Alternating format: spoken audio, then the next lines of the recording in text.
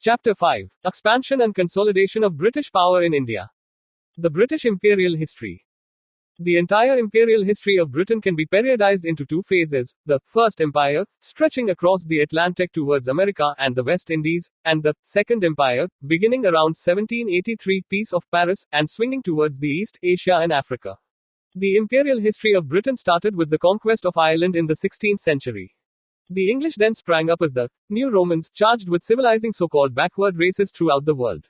For this, the post-Enlightenment intellectuals of Britain, in particular, and of Europe, in general, started certifying themselves as civilized vis-a-vis the Orient peoples and others. Owing to various spatial and situational forces, the nature of imperial ideology of Britain changed over time, but its fundamentals remained the same. Was the British conquest accidental or intentional? Historians have debated over the fundamental query, whether the British conquest of India was accidental or intentional. John Seeley leads the group which says that the British 81. Website right arrow. Views. Our acquisition of India was made blindly. Nothing great that has ever been done by Englishmen was done so unintentionally and so accidentally as the conquest of India. John Seeley. The deeper reasons of intention and motive for the company's acquisition of vast areas of territory are more obscure. For the expansion occurred in such different parts of India at different times. In each particular situation, the precise British interests at stake varied, and the perceived danger to them, as did the relative weight in decision-making of different British groups concerned in Indian affairs. Judith Brown. Conquest of India was made blindly, unintentionally and accidentally, and in a fit of absent-mindedness. This school of opinion argues that the British came to trade in India and had no desire to acquire territories or to squander their profits on war waged for territorial expansion. The English, it is argued, were unwillingly drawn into the political turmoil created by the Indians themselves, and were almost forced to acquire territories. The other group says that the British came to India with the clear intention of establishing a large and powerful empire, a plan which they completed by working on it bit by bit over the years.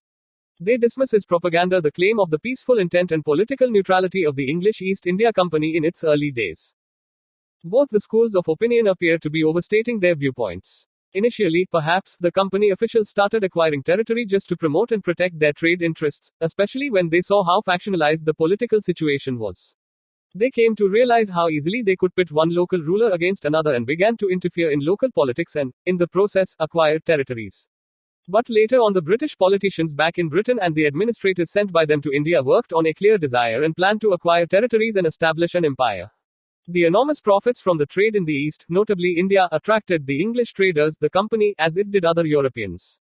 A desire for quick profits, personal ambitions of individuals, plain avarice and effects of political developments in Europe was some of the factors that made the British increase their political clout in India.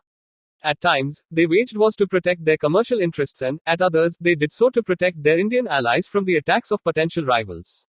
B. L. Grover writes, Lord Wellesley resorted to aggressive application of the Subsidiary Alliance system to extend British dominion in India as a defensive countermeasure against the imperialistic designs of France and Russia. From 1798 to 1818, the British motives were consciously imperialistic. Lord Hastings further carried the policy of Wellesley and treated India as a conquered rather than an acquired country. Thereafter, the British seemed to work on a set design to conquer the whole of India, and even some neighboring states.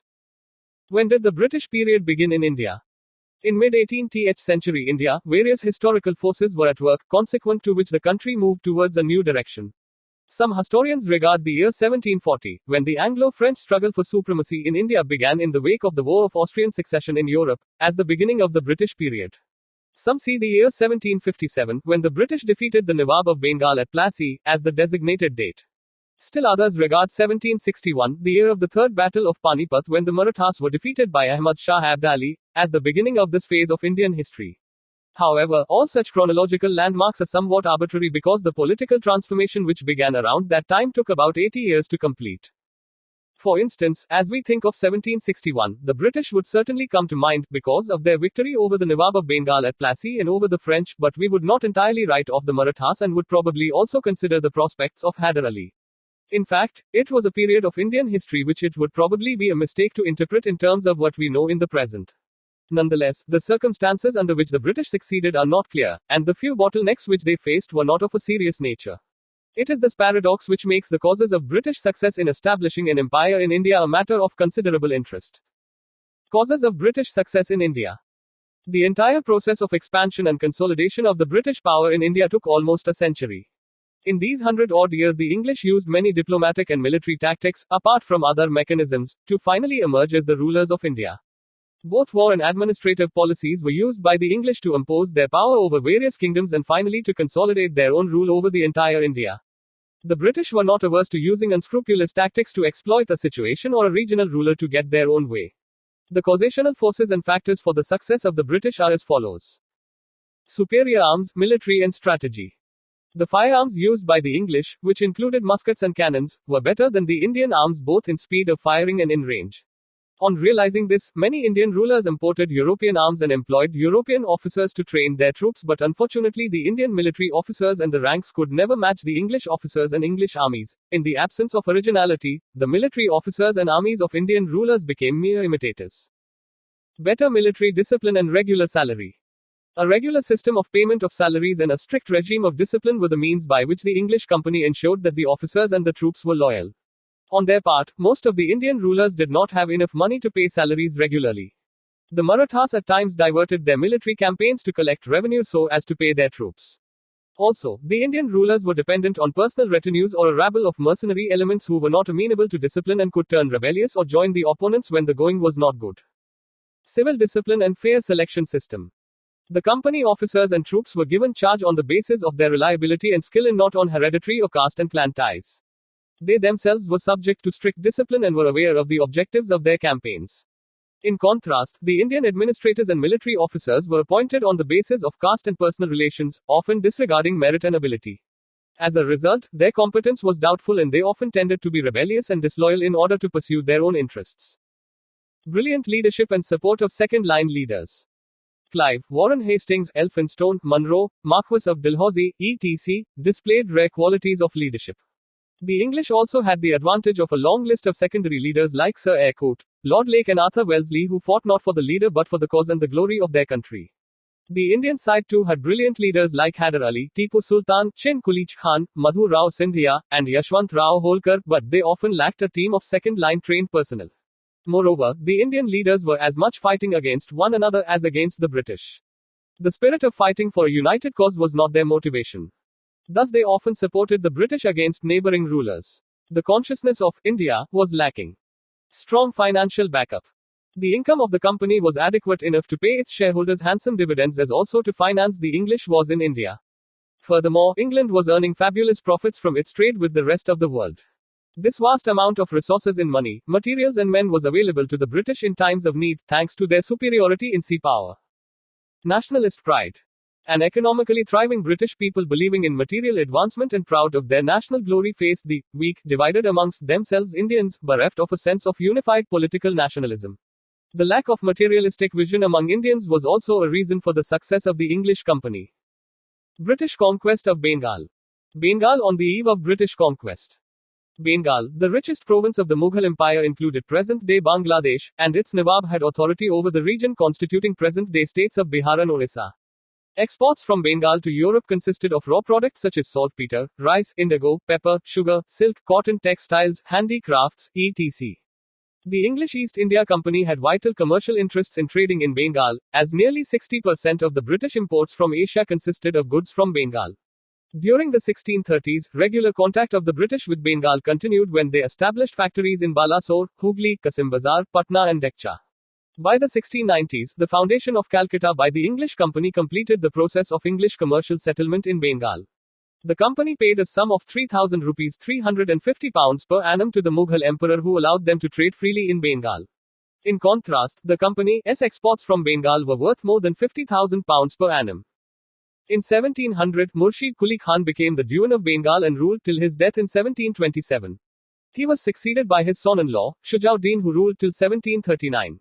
After that, for a year 1739-40, Sarfaraz Khan, an incapable son of Murshid Quli Khan, became the ruler. He was killed by Alivardi Khan. Alivardi Khan ruled till 1756 and also stopped paying tributes to the Mughal Empire. Under the rule of these rulers, Bengal made unprecedented progress. There were other factors too, which made Bengal prosperous. For instance, the rest of India was disturbed by inter-border disputes, the Maratha invasions, Jat revolts, and external invasions by Nadir Shah and Ahmad Shah Abdali. The region of Bengal was fortunate enough to escape these challenges. The population of Calcutta rose from 15,000 in 1706 to 100,000 in 1750, and other cities like Dekcha and Murshidabad became highly populous. Almost all the governors of Bengal strongly resented the special privileges enjoyed by the English company, as it meant a huge loss to the provincial exchequer. So the friction between the English commercial interests and the Bengal government became the chief cause for conflict between the two. During a short period between 1757 and 1765, the power gradually got transferred from the Nawabs of Bengal to the British, with the latter defeating the former. Alivardi Khan and the English. In 1741, Alivardi Khan, the deputy governor of Bihar, killed the Nawab of Bengal Sarfaraz Khan in a battle and certified his own position as the new Subadar of Bengal by paying a large sum of money to the Mughal emperor, Muhammad Shah. Alivardi Khan ruled for 15 years, during which he fought off the Marathas. The English, too, took the advantage of the Maratha incursions in Bengal, by obtaining a permission from the Nawab to dig a ditch and throw up an entrenchment around their settlement of Fort William. Later, Alivardi Khan's apprehensions were drawn to the Carnatic region, where the European companies had usurped all power. On realizing this, he was urged to expel the Europeans from Bengal. But he died in April 1756 and was succeeded by his grandson, Siraj-ud-Daulah, the son of Alivardi's youngest daughter. Challenges before Siraj-ud-Daulah. A youth just in his 20th year, Siraj inherited many troubles from his grandfather. He had a rival in his cousin, the Nawab of Purnia, Shaukat Jung, a hostile aunt, Ghasiti Begum, a childless widow, a rebellious commander of the army, Mir Jafar, husband of Alivardi Khan's sister, and an alarmed Hindu subject population. There was a dominant group in his court comprising Jagat Seth, Omichand, Rai Ballabh, Rai Durlabh, and others who were opposed to him. To these internal rivals were added the threat to Siraj's position from the ever-growing commercial activity of the English company. Impulsive by nature and lacking experience, Siraj felt insecure, and this prompted him to act in ways which proved counterproductive. He defeated Shaukat Jung and killed him in a battle, divested Ghasiti Begum of her treasures and secured her, and dismissed Mir Jafar, appointing Mir Madan in his place. A Kashmiri officer Mohan Lal was appointed as the overall administrator, and he acted almost like a prime minister. The Battle of Plassey. Prelude to the battle. The officials of the company made rampant misuse of its trade privileges that adversely affected the Nawab's finances. The English fortified Calcutta without the Nawab's permission. The company further tried to mislead him, and compounded their sin by giving asylum to a political fugitive, Krishna Das, son of Raj Ballabh, who had fled with immense treasures against the Nawab's will. The company, on its part, suspected that Siraj would drastically reduce its trade privileges in collusion with the French in Bengal. Thus, when Siraj attacked and seized the English fort at Calcutta, it brought their hostility into the open. Mention may be made here of the much propagated Black Hole tragedy. Siraj-ud-Daulah is believed to have imprisoned 146 English persons who were lodged in a very tiny room, due to which 123 of them died of suffocation. However, historians either do not believe this story, or say that the number of victims must have been much smaller. The battle. The arrival of a strong force under the command of Robert Clive at Calcutta from Madras strengthened the English position in Bengal. Clive forged a secret alliance with the traitors of the Nawab, Mir Jafar, Rai Durlabh, Jagat Seth, an influential banker of Bengal, and Omichand.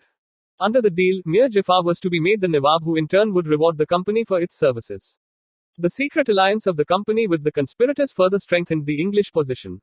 So the English victory in the Battle of Plassey, June 23, 1757, was decided before the battle was even fought. Due to the conspiracy of the Nawab's officials, the 50,000-strong force of Siraj was defeated by a handful of Clive's forces. Siraj-ud-Daulah was captured and murdered by the order of Mir Jafar's son, Mirang. The Battle of Plassey placed at the disposal of the English vast resources of Bengal. After Plassey, the English virtually monopolized the trade and commerce of Bengal. Significance of Battle of Plassey. As a result of this victory, Mir Jafar became the Nawab of Bengal. He gave large sums of money plus the zamindari of 24 parganas to the English. The Battle of Plassey had political significance, for it laid the foundation of the British Empire in India. It has been rightly regarded as the starting point of British rule in India.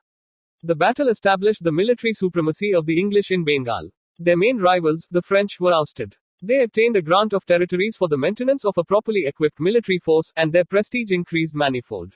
But there was no apparent change in the form of government, though the supreme control of affairs passed to Clive, on whose support the new Nawab, Mir Jafar, was entirely dependent for maintaining his newly acquired position. The sovereignty of the English over Calcutta was recognized, and the English posted a resident at the Nawab's court. Mir Qasim in the Treaty of 1760. Mir Jafar was increasingly irritated by the interference of Clive. He entered into a conspiracy with the Dutch at Chinsura. But the Dutch were defeated and humbled by the English forces at Bedera in November 1759. The treachery of Mir Jafar and his failure to make the payments due to the company annoyed the English. Meanwhile, Mirang, the son of Jafar, died, and there started a fight for the Nawabship of Bengal between Mir Qasim, the son-in-law of Mir Jafar, and Mirang's son. Wansittat, the new governor of Calcutta, agreed to support Mir Qasim's claim after a treaty between Mir Qasim and the company was signed in 1760. Important features of the treaty were as follows. Mir Qasim agreed to cede to the company the districts of Burdwan, Midnapur and Chittagong. The company would get half of the share in Chun. Trade of Sylhet. Mir Qasim agreed to pay off the outstanding dues to the company. Mir Qasim promised to pay a sum of rupees 5 lakh towards financing the company's war efforts in southern India. It was agreed that Mir Qasim's enemies were the company's enemies, and his friends, the company's friends. It was agreed that tenants of the Nawab's territory would not be allowed to settle in the lands of the company, and vice versa. Under the pressure of the company, Mir Jafar decided to resign in favor of Mir Qasim. A pension of 1,500 rupees per annum was fixed for Mir Jafar. Steps taken by Mir Qasim. Mir Qasim was the ablest Nawab among the successors of Alivardi Khan. After assuming power, Mir Qasim shifted the capital from Murshidabad to Munger in Bihar. The move was taken to allow a safe distance from the company at Calcutta. His other important steps were reorganizing the bureaucracy with the men of his own choice and remodeling the army to enhance its skill and efficiency.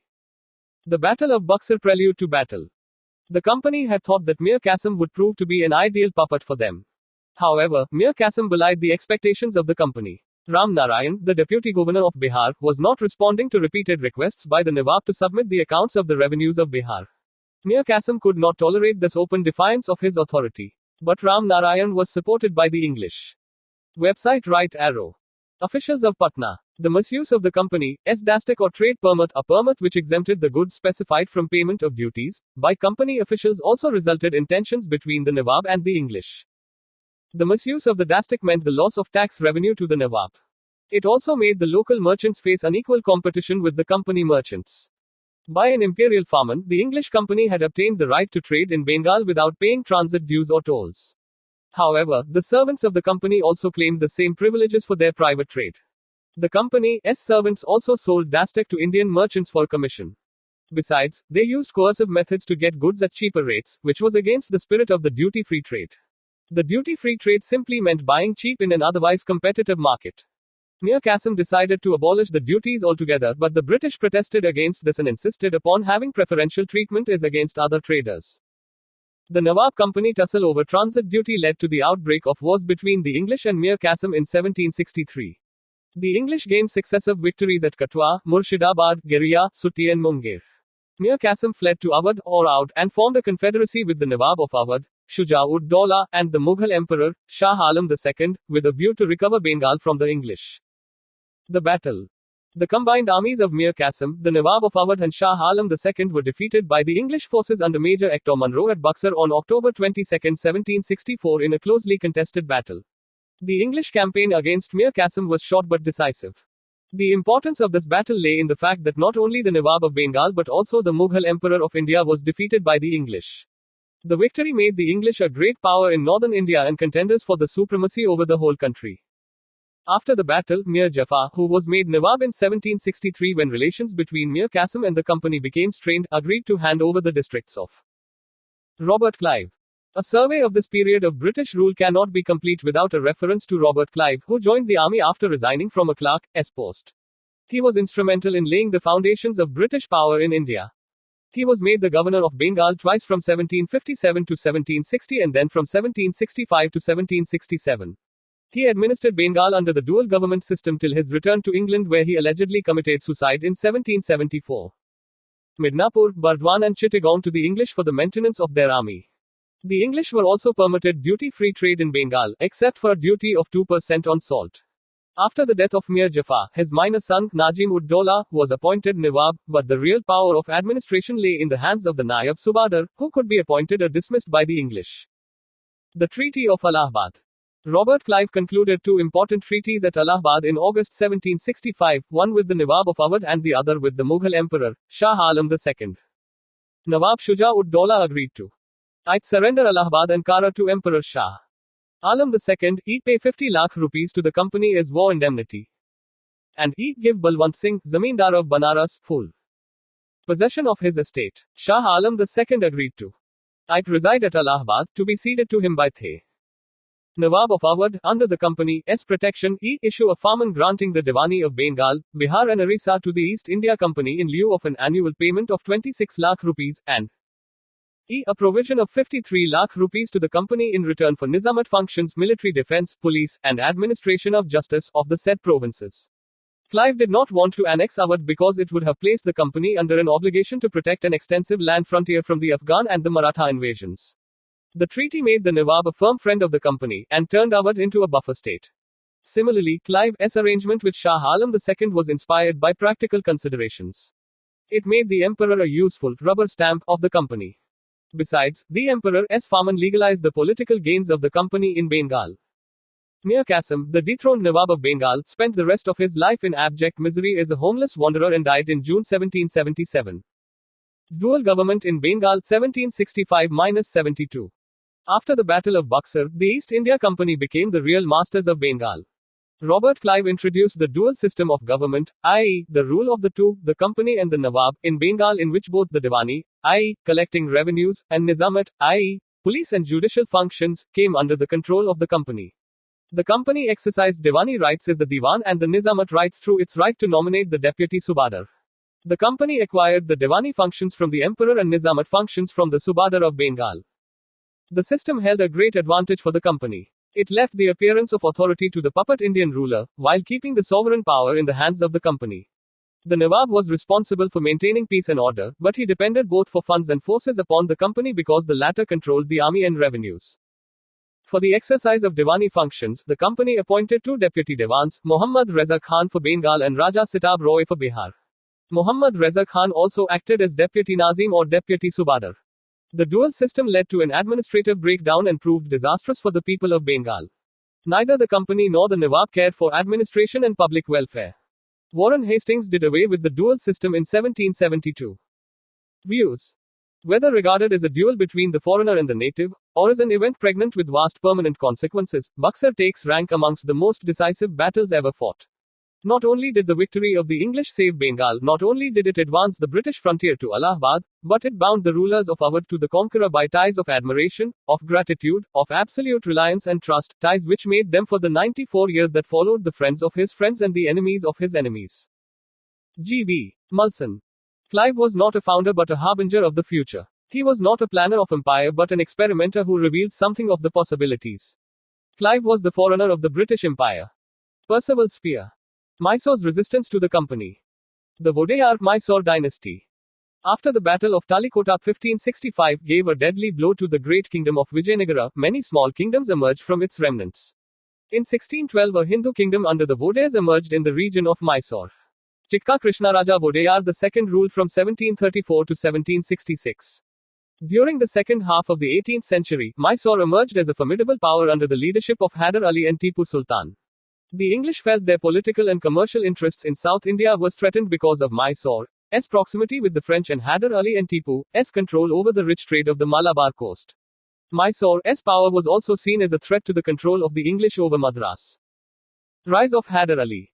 In the early 18th century, two brothers, Nanjaraj the Sarvadhikari and Devaraj the Dulwai, had reduced Chikka Krishnaraja Vodeyar to a mere puppet. Hyder Ali, born in 1721 in an obscure family, started his career as a horseman in the Mysore army under the ministers, Nanjaraj and Devaraj. Though uneducated, he possessed a keen intellect and was a man of great energy and determination. Repeated incursions of the Marathas and of the Nizam's troops into the territories of Mysore resulted in heavy financial demands made by the aggressors from Mysore. Mysore became financially and politically weak. The need of the hour was a leader with high degree of military powers and diplomatic skill. Hyder Ali fulfilled that need and usurped the royal authority by becoming the de facto ruler of Mysore in 1761. He realized that the exceedingly mobile Marathas could be contained only by a swift cavalry, that the cannons of the French-trained Nizami army could be silenced only by an effective artillery, and that the superior arms from the west could only be matched by arms brought from the same place or manufactured with the same know-how. Hyder Ali took the help of the French to set up an arms factory at Dindigul now in Tamil Nadu and also introduced Western methods of training for his army. He also started to use his considerable diplomatic skill to outmaneuver his opponents. With his superior military skill, he captured Doballapur, Sera, Bednoor, and Hoskote in 1761-63, and brought to submission the troublesome Poligas of South India in what is now Tamil Nadu. Recovering from their defeat at Panipat, the Marathas under Madhavrao attacked Mysore, and defeated Hyder Ali in 1764, 1766, and 1771. To buy peace, Hyder Ali had to give them large sums of money, but after Madhavrao's death in 1772, Hyder Ali raided the Marathas a number of times during 1774-76, and recovered all the territories he had previously lost, besides capturing new areas. First Anglo-Mysore War 1767-69 background. After their easy success in Bengal, the English were confident of their military strength.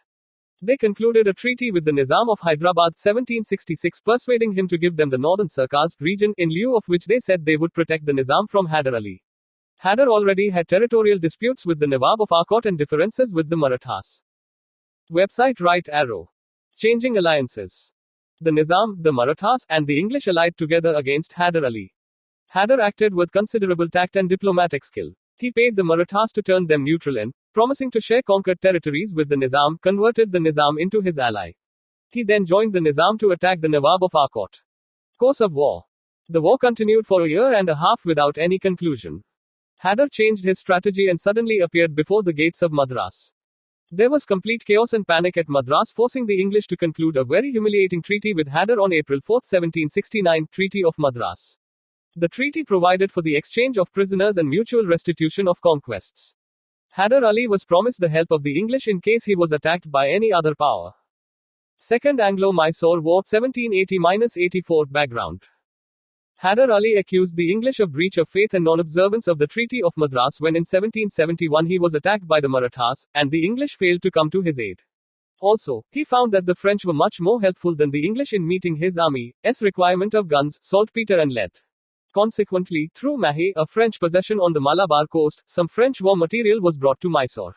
Meanwhile, the American War of Independence had broken out, in which the French were on the side of the rebels against the English.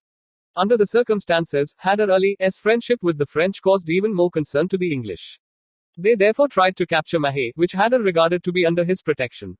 Hyder considered the English attempt to capture Mahé a direct challenge to his authority. Course of war. Hyder forged an anti-English alliance with the Marathas and the Nizam. He followed it up by an attack in the Carnatic, capturing Arcot, and defeating the English army under Colonel Bailey in 1781.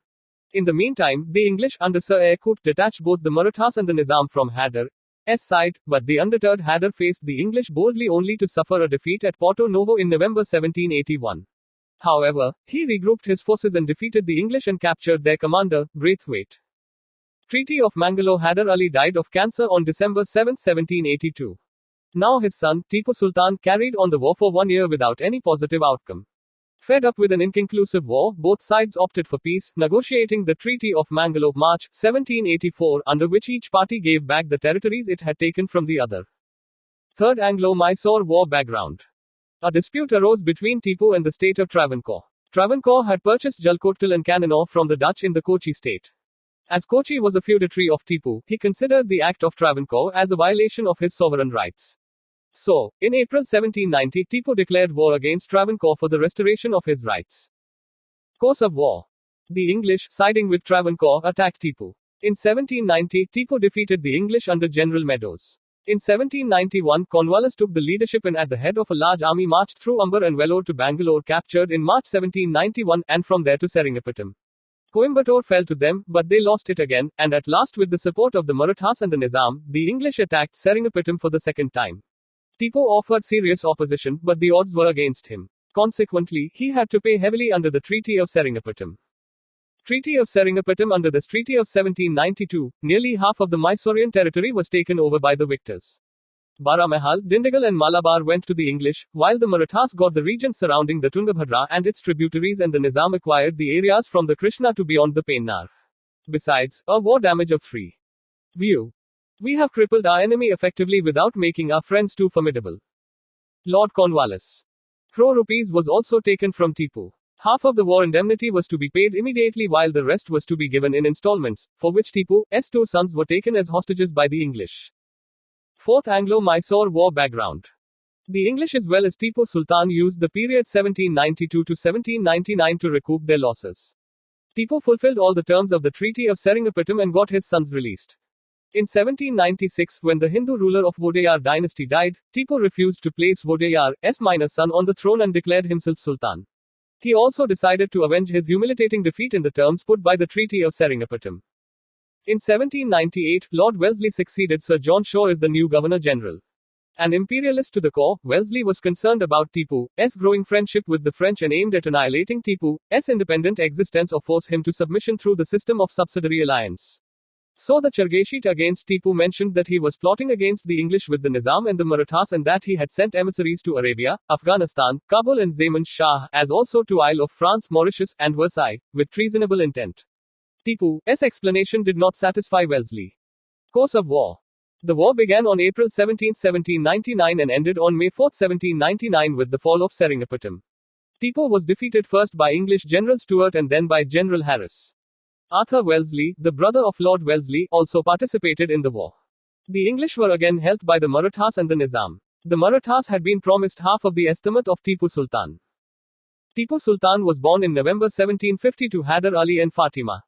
A well-educated man, he could freely converse in Arabic, Persian, Kannada and Urdu. Tipu was a great warrior. He was known as the Tiger of Mysore, and gave maximum care to the raising and maintenance of an efficient military force. He organized his army on the European model with Persian words of command. Though he took the help of the French officers to train his soldiers, he never allowed them French to develop into a pressure group. Like his father, Tipu realized the importance of a naval force. In 1796, he set up a board of admiralty and planned for a fleet of 22 battleships and 20 large frigates. 3 dockyards were established at Mangalore, Wajidabad and Molidabad. However, his plans did not fructify. Tipu was a patron of science and technology. He is credited as the pioneer of rocket technology in India. He wrote a military manual explaining the operation of rockets. He was also a pioneer in introducing sericulture to the Mysore state. Tipu was a great lover of democracy and a great diplomat. He gave his support to the French soldiers at Seringapatam in setting up a Jacobin club in 1797. He ordered a salute of 2,300 cannons and 500 rockets to celebrate the occasion. Tipu himself became a member of the Jacobin club and allowed himself to be called Citizen Tipu. He planted the tree of liberty at Seringapatam. Some historians have depicted Tipu as a bigoted monarch. This was the main view of colonial historians. This estimation of the Sultan is not fully correct. It is true that he crushed the Hindu coags and knees. But at the same time he also punished the Muslim Moplas when they defied his authority. Though he is reported to have demolished temples in Kerala when he conquered places there, Tipu is also known to have protected Hindu temples within his own kingdom. He sanctioned funds for the repair of the Sringari temple and installation of the idol of goddess Sharada. The idol had been damaged during a Maratha raid in 1791. It is necessary not to judge characters of the past with modern yardsticks of secularism and democracy. Tipu despised the use of palanquins and described them as fit only for use of women and the disabled. He is also credited with beginning capitalist development at a time when feudalism was prevalent. Tipu was a man representing multiple traditions. Territory of Tipu and the Nizam had already signed the Subsidiary Alliance. Tipu laid down his life fighting bravely, his family members were interned at Vellore, and his treasures were confiscated by the English. The English chose a boy from the earlier Hindu royal family of Mysore as the Maharaja and also imposed on him the Subsidiary Alliance system. Mysore after Tipu. Filled Circle Wellesley offered Sunda and Harponali districts of Mysore kingdom to the Marathas, which the latter refused. Filled Circle the Nizam was given the districts of Guti and Garamkonda. Filled Circle the English took possession of Kannada, Vinad, Coimbatore, Dwarapuram and Seringapatam. Filled Circle the new state of Mysore was handed over to the old Hindu dynasty Vodayars under a minor ruler Krishnaraja III, who accepted the Subsidiary Alliance. Filled Circle in 1831 William Bentinck took control of Mysore on grounds of misgovernance. Filled Circle in 1881 Lord Ripon restored the kingdom to its ruler. Views. Tipu has been regarded by some writers as the first Indian nationalist and a martyr for India's freedom. But this is a wrong view arrived at by projecting the present into the past. In the age in which Tipu lived and ruled, there was no sense of nationalism or an awareness among Indians that they were a subject people. It will, therefore, be too much to say that Tipu waged war against the English for the sake of India's freedom. Actually, he fought in order to preserve his own power and independence.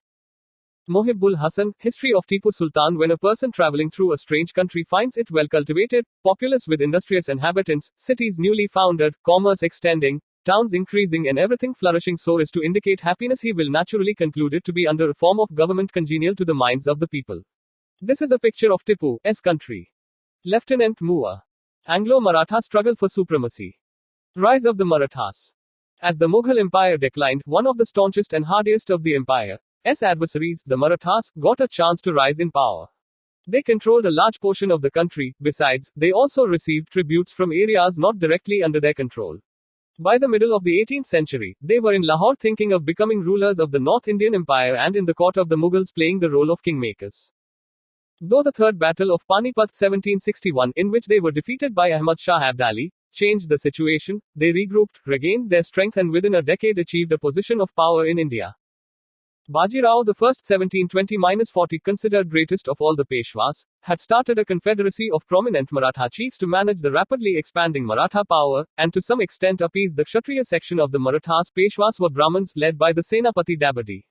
Under the arrangement of the Maratha Confederacy, each prominent family under a chief was assigned a sphere of influence which he was supposed to conquer and rule, but in the name of the then Maratha king, Shahu. The Maratha families which emerged prominent were I. the Gaikwad of Baroda, E. the Bhonsle of Nagpur, E. the Holkars of Indore, I. V. the Sindhias of Gwalior, and V. the Peshwa of Pune. The Confederacy, under Bajirao I to Madhavrao I, worked cordially, but the Third Battle of Panipat 1761 changed everything. The defeat at Panipat and later the death of the young Peshwa, Madhavrao I, in 1772, weakened the control of the Peshwas over the Confederacy. Though the chiefs of the Confederacy united on occasion, as against the British 1775-82, more often they quarreled among themselves. Entry of the English into Maratha politics. The years between the last quarter of the 18th century and the first quarter of the 19th century witnessed the Marathas and the English clashing thrice for political supremacy, with the English emerging victorious in the end. The cause of these conflicts was the inordinate ambition of the English, and the divided house of the Marathas that encouraged the English to hope for success in their venture. The English in Bombay wanted to establish a government on the lines of the arrangement made by Clive in Bengal, Bihar and Orissa. So it was a longed-for opportunity for the English when dissensions over succession divided the Marathas. First Anglo-Maratha War 1775-82 background. After the death of Madhavrao in 1772, his brother Narayan Rao succeeded him as the fifth Peshwa. However, Narayan Rao's uncle, Raghunath Rao, had his nephew assassinated and named himself as the next Peshwa, although he was not a legal heir. Narayan Rao's widow, Gangabai, gave birth to a son after her husband's death. The newborn infant was named Savai, 1¼ Madhavrao, and he was legally the next Peshwa. 12 Maratha chiefs, Barabhai, led by Nana Fadnavis, made an effort to name the infant as the new Peshwa and rule for him as regents. Treaties of Surat and Purandhar. Raghunath Rao, unwilling to give up his position in power, sought help from the English at Bombay and signed the Treaty of Surat in 1775. Under the treaty, Raghunath Rao ceded the territories of Sultan and Basing to the English along with a portion of the revenues from Surat and Bharuch districts.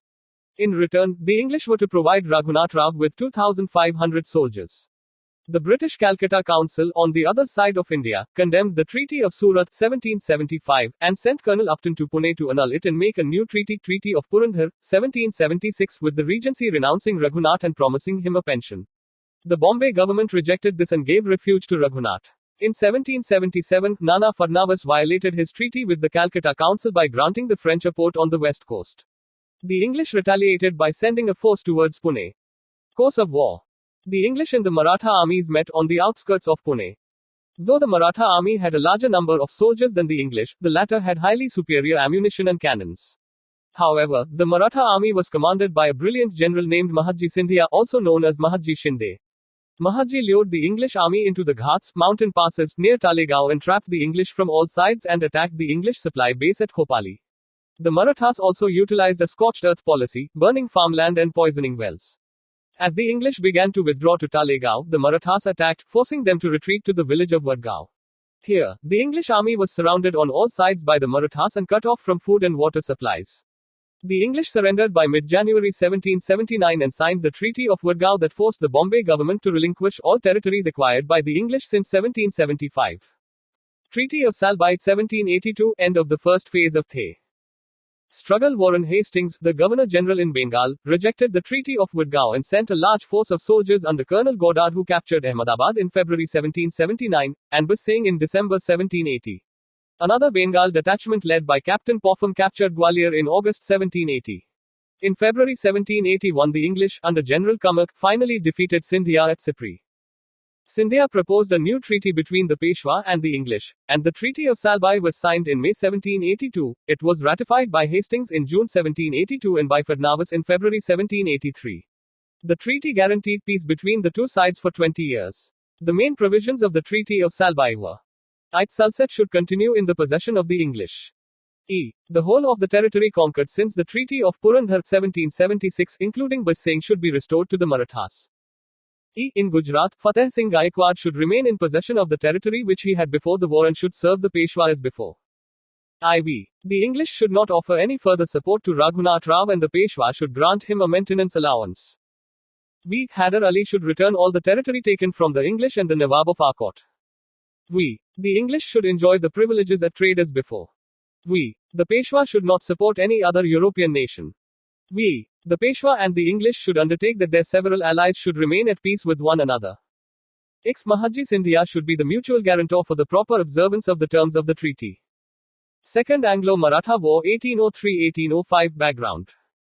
The Second Anglo-Maratha War started in circumstances similar to those of the first. After Peshwa Madhavrao Narayan committed suicide in 1795, Bajirao II, the worthless son of Raghunath Rao, became the Peshwa. Nana Fadnavis, a bitter foe of Bajirao II, became the chief minister. The dissensions among the Marathas provided the English with an opportunity to intervene in Maratha affairs. The death of Nana Fadnavis in 1800 gave the British an added advantage. Course of war. On April 1, 1801, the Peshwa brutally murdered the brother of Jaswantrao, also called Yashwantrao by some historians, Holkar, Vithuji. A furious Jaswant arrayed his forces against the combined armies of Scindia and Bajirao II.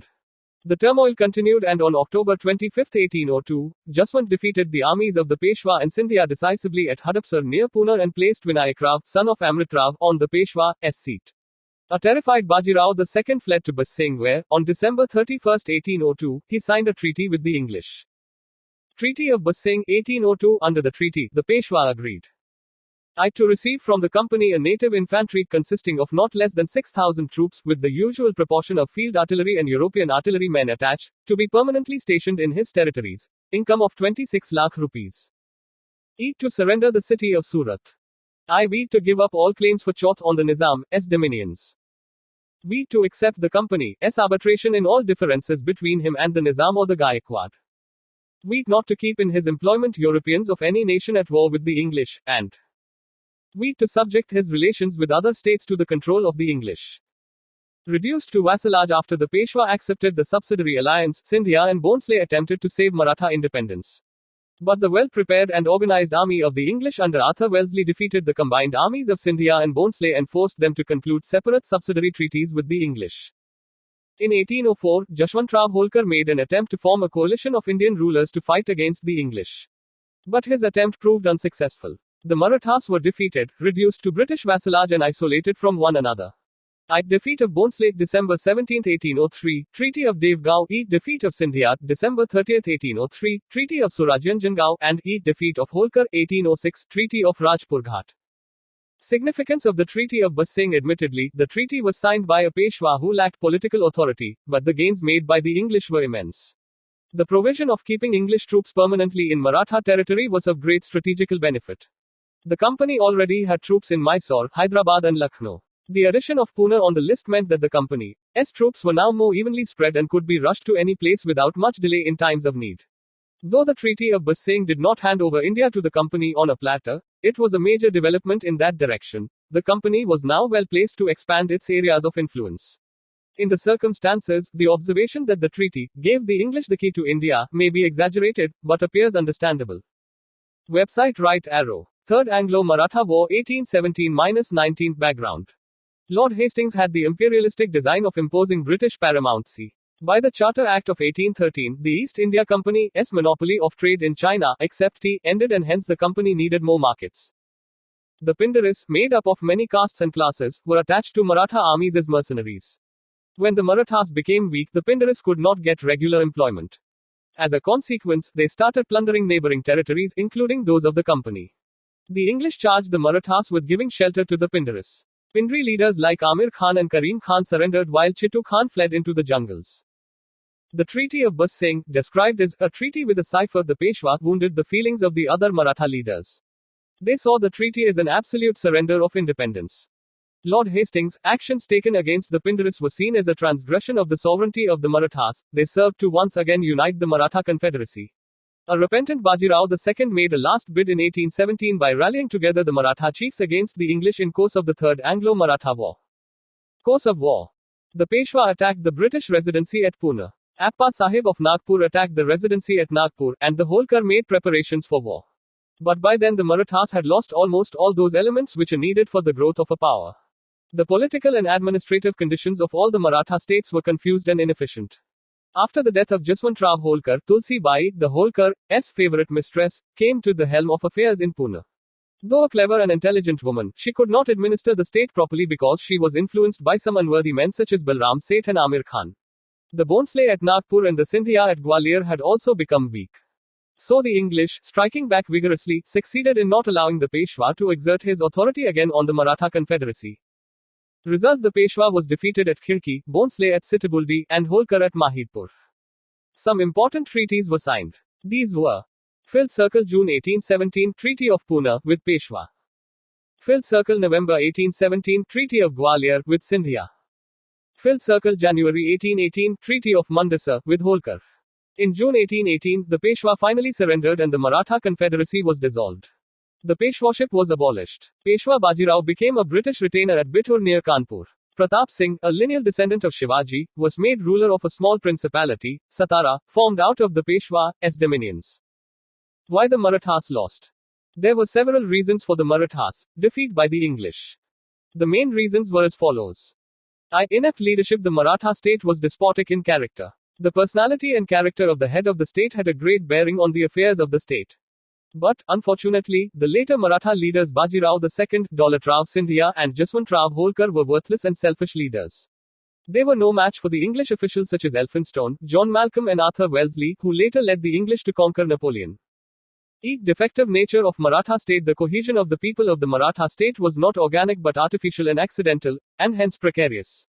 There was no effort, right from the days of Shivaji, for a well thought out organized communal improvement, spread of education, or unification of the people. The rise of the Maratha state was based on the religio-national movement. This defect of the Maratha state became glaring when they had to contend with a European power organized on the best pattern of the West. Loose political setup. The Maratha Empire was a loose confederation under the leadership of the Chhatrapati and later the Peshwa. Powerful chiefs such as the Gayakwar, the Holkar, the Scindia, and the Bhonsle carved out semi-independent kingdoms for themselves and paid lip service to the authority of the Peshwa. Further, there existed a reconcilable hostility between different units of the Confederacy. The Maratha chief often took sides with one or the other. The lack of a cooperative spirit among the Maratha chiefs proved detrimental to the Maratha state. Inferior military system. Though full of personal prowess and valor, the Marathas were inferior to the English in organization of the forces, in war weapons, in disciplined action, and in effective leadership. The centrifugal tendencies of divided command accounted for much of the Maratha failures. Treachery in the ranks was instrumental in weakening the Maratha forces. The adoption of the modern techniques of warfare by the Marathas was inadequate. The Marathas neglected the paramount importance of artillery. Though the Pune government set up an artillery department, it hardly functioned effectively. Unstable economic policy. The Maratha leadership failed to evolve a stable economic policy to suit the changing needs of time. There were no industries or foreign trade openings. So, the economy of the Maratha was not conducive to a stable political setup.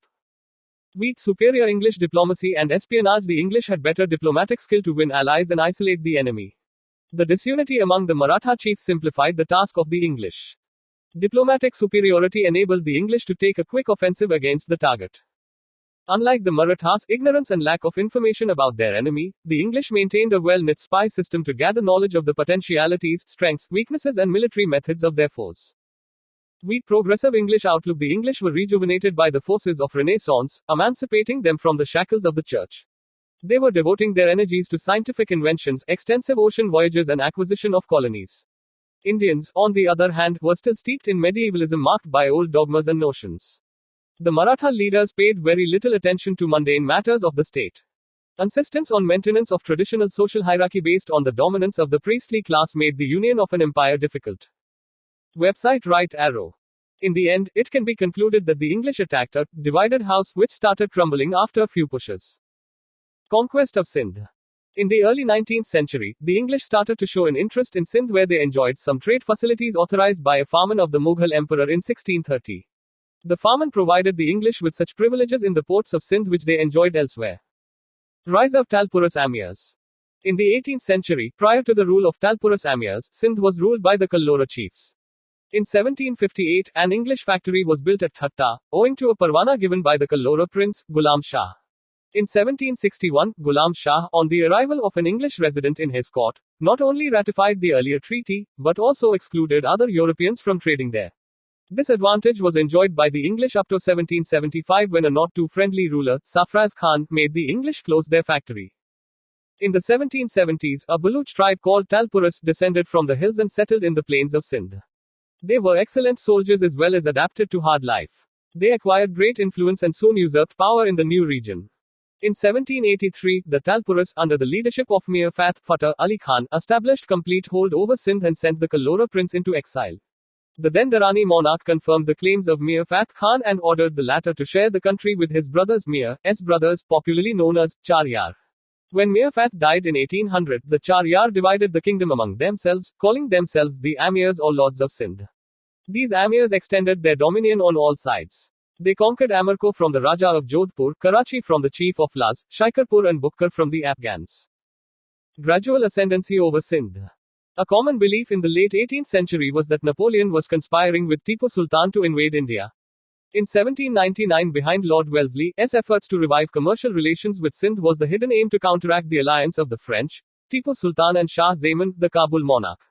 Negotiations were opened with Fateh Ali Khan. But under the influence of Tipu Sultan and the jealousy of the local traders, aided by the anti-British party at Hyderabad, Sindh, the Amir in October 1800, ordered the British agent to quit Sindh within 10 days. The British agent Crope left Sindh and the company quietly suffered the insult. Treaty of Eternal Friendship. In June 1807, the alliance of Tilsit with Alexander I of Russia was joined by Napoleon Bonaparte. The alliance had as one of its conditions a combined invasion of India by the land route. Now the British wanted to create a barrier between Russia and British India. To achieve this, Lord Minto sent 3 delegations under the leadership of various prominent persons to forge alliances. Accordingly, Metcalfe was sent to Lahore, Elphinstone to Kabul and Malcolm to Tehran. Sindh was visited by Nicholas Smith who met the Amirs to conclude a defensive arrangement. After negotiations, the Amirs agreed to a treaty, their first ever treaty with the English. After professing eternal friendship, both sides agreed to exclude the French from Sindh and to exchange agents at each other's court. The treaty was renewed in 1820 with the addition of an article excluding the Americans and resolving some border disputes on the side of Kutch after the final defeat of the Maratha Confederacy in 1818. Treaty of 1832. In 1832, William Bentinck sent Colonel Pottinger to Sindh to sign a treaty with the Amirs.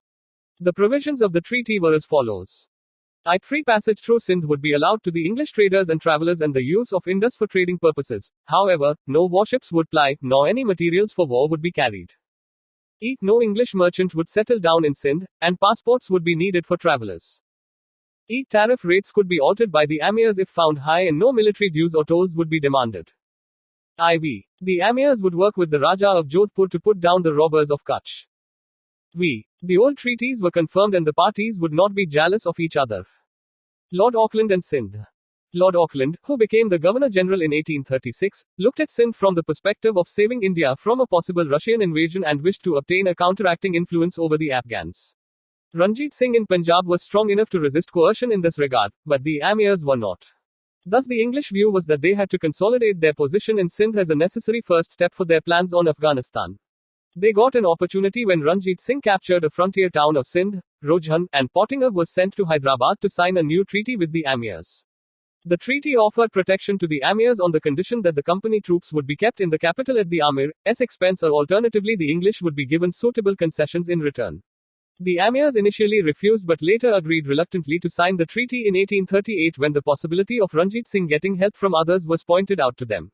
The treaty permitted the English to intervene in the disputes between the Amirs and the Sikhs as also to establish the presence of a British resident who could go anywhere he liked escorted by English troops. Thus Sindh was turned into a British protectorate in 1838. Tripartite Treaty of 1838 to address the Afghan problem as the British imagined it, the company resorted to further duplicity. Firstly, they persuaded Ranjit Singh to sign a tripartite treaty in June 1838 agreeing to British mediation in his disputes with the Amirs, and then made View. Under Auckland and his cabinet of secretaries, British policy in India had fallen to a lower level of unscrupulousness than ever before, and the plain fact is that the treatment of Sindh from this time onward, however expedient politically, was morally indefensible. P. Roberts. Emperor Shah Shuja gave up his sovereign rights on Sindh, provided the arrears of tribute were paid. The exact amount of the tribute was to be determined by the English, whose main objective was to obtain finances for the Afghan adventure and obtain so much of the Amir's territory as would secure a line of operation against Afghanistan through Sindh. Sindh accepts Subsidiary Alliance 1839. The company intended to persuade or compel the Amirs to pay the money and also to consent to the abrogation of that article in the Treaty of 1832 which prohibited the movement of English troops in Sindh by land or by river. B. L. Grover writes, under threat of superior force, the Amirs accepted a treaty in February 1839 by which a British subsidiary force had to be stationed at Shikarpur and Bukkar, and the Amirs of Sindh were to pay 3 lakh rupees annually for the maintenance of the company's troops. Henceforth, the Amirs were debarred from having any negotiations with foreign states without the knowledge of the company.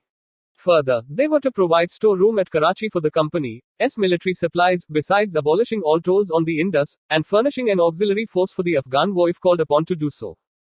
Capitulation of Sindh. The First Anglo of Gun War 1839-42, fought on the soil of Sindh, was never liked by the Amirs of Sindh, neither did they like the presence of the British troops in their region.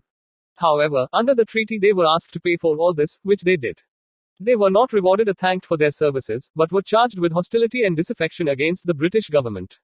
The Amirs were charged with treasonable activities against the British, and Ellenborough, placed in a precarious position due to the Afghan War reverses, sent Outram to Sindh to negotiate a new treaty. Under this treaty, the Amirs were required to cede important provinces as the price of their past transgressions, to supply fuel to the company's steamers plying on the Indus, and to stop minting coins. Furthermore, in a succession dispute, the English intervened through Napier, and started a war when the Amirs rose in revolt. The whole of Sindh capitulated within a short time, and the Amirs. Views.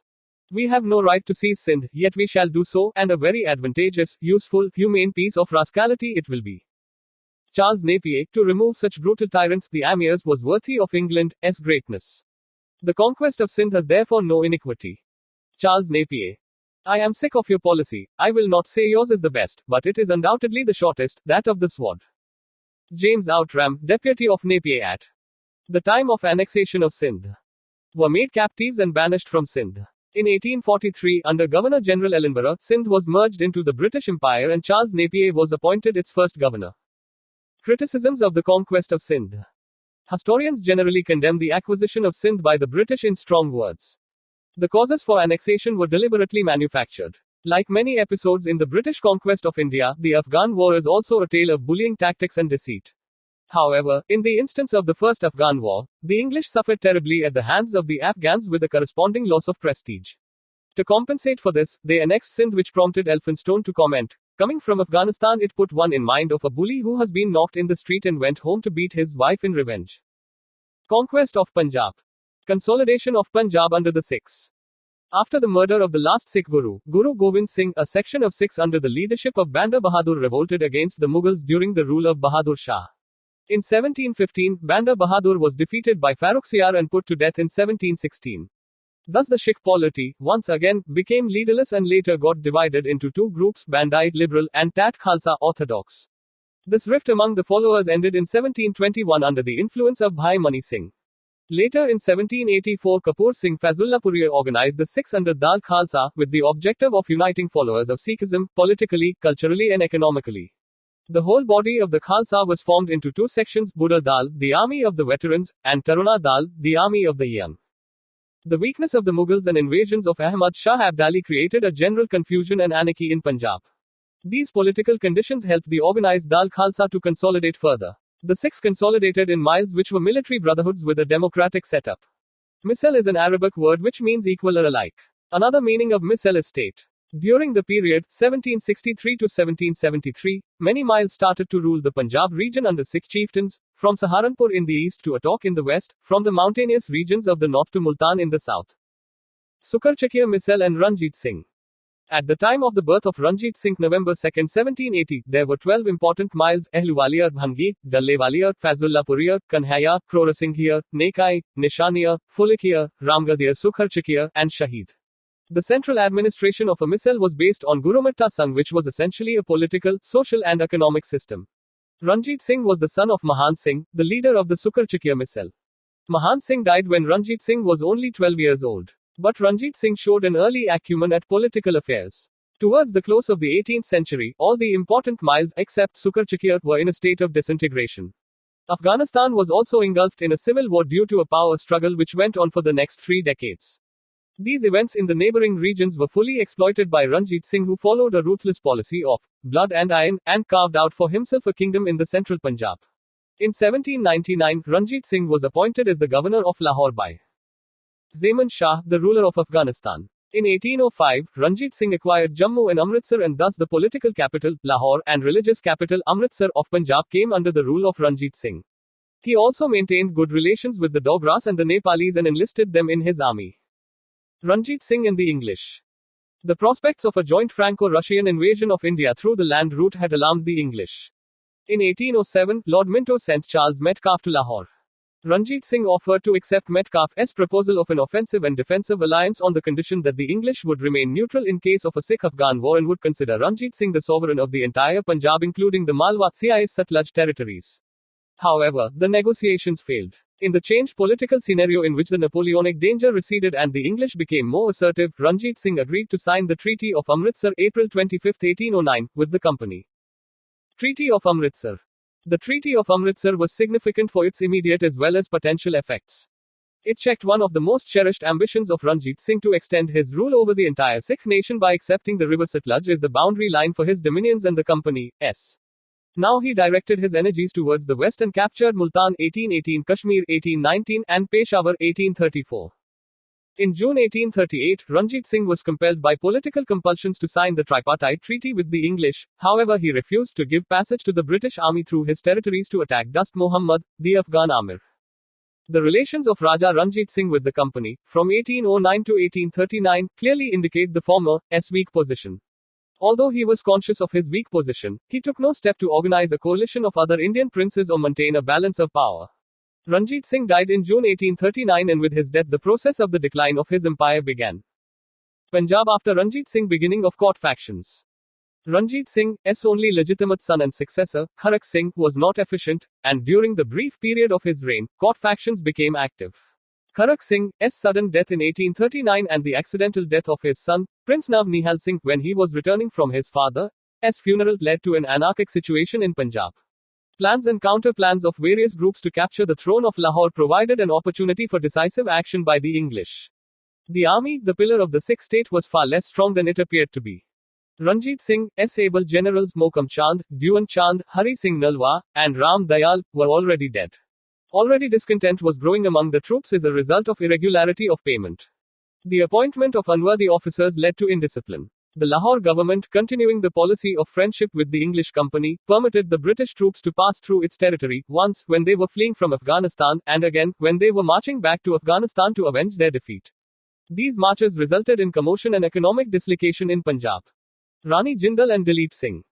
After the death of Nav Nihal Singh, Sher Singh, another son of Ranjit Singh, succeeded, but he was murdered in late 1843. Soon afterwards, Dalip Singh, a minor son of Ranjit Singh, was proclaimed the Maharaja with Rani Jandan as regent and Hira Singh Dogra as Wazir. Hira Singh himself fell a victim to a court intrigue and was murdered in 1844. The new Wazir, Jawahar Singh, the brother of Rani Jandan, soon incurred the displeasure of the army and was deposed and put to death in 1845. Lal Singh, a lover of Rani Jandan, won over the army to his side and became the Wazir in the same year, and Teja Singh was appointed as the commander of the forces. First Anglo-Sikh War 1845-46 causes. The outbreak of the first of the Anglo-Sikh Wars has been attributed to the action of the Sikh army crossing the river Sutlej on December 11, 1845. This was seen as an aggressive maneuver that provided the English with the justification to declare war. The causes were, however, much more complex and may be listed as follows. The anarchy in the Lahore kingdom following the death of Maharaja Ranjit Singh, resulting in a power struggle for domination between the court at Lahore and the ever-powerful and increasingly local army. Suspicions amongst the Sikh army arising from English military campaigns to achieve the annexation of Gwalior and Sindh in 1841 and the campaign in Afghanistan in 1842, and the increase in the number of English troops being stationed near the border with the Lahore kingdom. Course of war. The war began in December 1845 with 20,000 to 30,000 troops in the British side, while the Sikhs had about 50,000 men under the overall command of Lal Singh. But the treachery of Lal Singh and Teja Singh caused 5 successive defeats to the Sikhs at Mudki, December 18, 1845, Ferozeshah, December 21 to 22, 1845, Buddelwal, Aliwal, January 28, 1846, and at Sobraw, February 10, 1846. Lahore fell to the British forces on February 20, 1846 without a fight. Treaty of Lahore, March 8, 1846. The end of the First Anglo-Sikh War forced the Sikhs to sign a humiliating treaty on March 8, 1846. The main features of the Treaty of Lahore were as follows. Filled Circle war indemnity of more than 1 crore of rupees was to be given to the English. Filled Circle, the Jalandhar Doab between the Bees and the Satluj, was annexed to the company's dominions. Filled Circle, a British resident, was to be established at Lahore under Henry Lawrence. Filled Circle, the strength of the Sikh army was reduced. Filled Circle, Dalip Singh was recognized as the ruler under Rani Jandan as regent and Lal Singh as wazir. Filled Circle, since the Sikhs were not able to pay the entire war indemnity, Kashmir including Jammu was sold to Gulab Singh and he was required to pay rupees 75 lakh to the company as the price. The transfer of Kashmir to Gulab Singh was formalized by a separate treaty on March 16, 1846. Treaty of Hyrule. The Sikhs were not satisfied with the Treaty of Lahore over the issue of Kashmir, so they rebelled. In December 1846, the Treaty of Hyrule was signed. According to the provisions of this treaty, Rani Jandan was removed as regent and a council of regency for Punjab was set up. The council consisted of 8 Sikh Sardars presided over by the English resident, Henry Lawrence. Second Anglo-Sikh War, 1848-49 causes. The defeat in the First Anglo-Sikh War and the provisions of the treaties of Lahore and Hyrule were highly humiliating for the Sikhs. Unhuman treatment meted out to Rani Jandan, who was sent to Banaras as a pensioner, added to the resentment of the Sikhs. Mulraj, the governor of Multan, was replaced by a new Sikh governor over the issue of increase in annual revenue. Mulraj revolted and murdered 2 English officers accompanying the new governor. Sher Singh was sent to suppress the revolt, but he himself joined Mulraj, leading to a mass uprising in Multan. This could be considered as the immediate cause of the war. The then Governor General of India, Lord Dalhousie, a hardcore expansionist, got the pretext to annex Punjab completely. Course of war. Lord Dalhousie himself proceeded to Punjab. 3 important battles were fought before the final annexation of Punjab. These 3 battles were: Ike Battle of Ramnagar, led by Sir Hugh Gough, the commander-in-chief of the company. Eek Battle of Chilhanwala, January 1849. Eek Battle of Gujarat, February 21, 1849. The Sikh army surrendered at Rawalpindi, and their Afghan allies were chased out of India. Gujarat is a small town on the banks of River Jhelum. Result at the end of the war came. Filled Circle surrender of the Sikh army and Sher Singh in 1849. Filled Circle annexation of Punjab, and for his services the Earl of Dalhousie was given the thanks of the British Parliament and a promotion in the peerage, as Marquess. Filled Circle setting up of a 3-member board to govern Punjab, comprising of the Lawrence brothers, Henry and John, and Charles Mansell. In 1853 the board was nullified and Punjab was placed under a chief commissioner. John Lawrence became the first chief commissioner. Significance of the Anglo-Sikh Wars. The Anglo-Sikh Wars gave the 2 sides a mutual respect for each other, as fighting prowess. The Sikhs were to fight loyally on the British side in the revolt of 1857 and in many other campaigns and wars up till the Indian independence in 1947. Extension of British paramountcy through administrative policy. The process of imperial expansion and consolidation of British paramountcy was carried on by the company during the 1757-1857 period through a twofold method: A. Policy of annexation by conquest or war, and B. Policy of annexation by diplomacy and administrative mechanisms. We have already discussed how the company defeated and subjugated, one by one, the major Indian powers like Bengal, Mysore, the Marathas and the Sikhs, mainly by waging wars against them and through considerable deceit. But in the case of many other powers, the British applied diplomatic and administrative policies. In this context, we may cite examples of Warren Hastings' ring-fence policy, Wellesley's system of subsidiary alliance, and Dalhousie's doctrine of lapse, to see how the British dominion expanded in India. The policy of ring-fence. Warren Hastings took charge as the Governor-General at a critical period of British rule when the British were to website right arrow encounter the powerful combination of the Marathas, Mysore and Hyderabad. He followed a policy of ring-fence which aimed at creating buffer zones to defend the company's frontiers. Broadly speaking, it was the policy of defense of their neighbors' frontiers for safeguarding their own territories. This policy of Warren Hastings was reflected in his war against the Marathas and Mysore. The chief danger to the company's territories was from the Afghan invaders and the Marathas. To safeguard against these dangers, the company undertook to organize the defense of the frontiers of Awadh on the condition that the Nawab would defray the expenses of the defending army. The defense of Awadh constituted the defense of Bengal during that time. Thus, the states brought under the ring-fence system were assured of military assistance against external aggression, but at their own expense. In other words, these allies were required to maintain subsidiary forces which were to be organized, equipped and commanded by the officers of the company who, in turn, were to be paid by the rulers of these states. Wellesley's policy of subsidiary alliance was, in fact, an extension of the ring-fence system which sought to reduce the Indian states into a position of dependence on the British government. Subsidiary alliance. The subsidiary alliance system was used by Lord Wellesley, who was Governor-General from 1798-1805, to build an empire in India.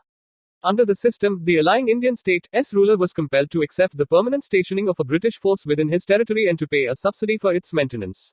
The Indian ruler had to agree to the posting of a British resident in his court. The Indian ruler could not employ any European in his service without the prior consultation with the company.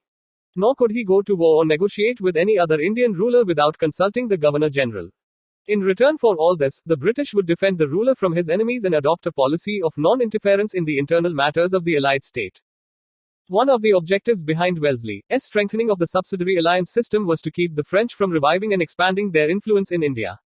Around this time, the fear of Napoleon's expedition towards the east was very real for the British, who felt that the French could attack the western coast of India from their colony of Mauritius. Hence the clause in the alliance treaty requiring the Indian rulers to dismiss Europeans other than the British from their service and not employ any. By means of this system, the company could station its forces at strategic locations and keep the French at bay.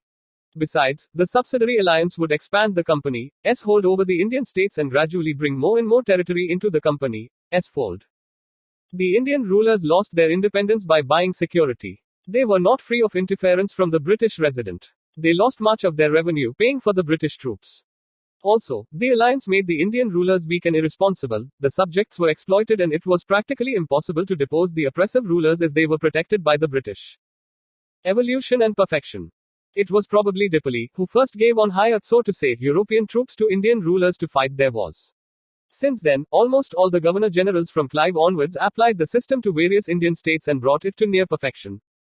The first Indian state to fall into this protection trap, which anticipated the subsidiary alliance system, was Awadh, which in 1765 signed a treaty under which the company pledged to defend the frontiers of Awadh on the condition of the Nawab defraying the expenses of such defense.